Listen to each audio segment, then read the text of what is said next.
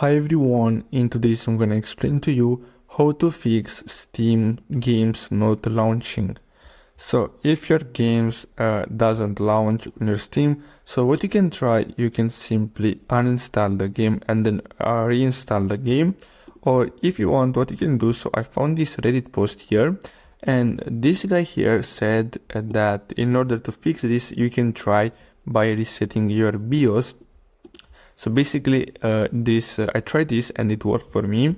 So basically there is this setting called AVX2 within BIOS that needs to be enabled for the game to work. So you can also try this out, or if you want, what you can do, you can simply pause the video, and as you can see, I found here a few ways to fix this. So basically what you're gonna have to do is verify game files. So simply open Steam, and after that you're gonna have to simply go to library, and then here what you're gonna have to do is simply right click on the game that's not launching, then select properties, and then go to local files, and then click verify integrity of game files, and then Steam will check and repair any corrupted or missing game files.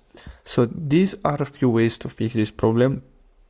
Let me know in the comments what worked for you.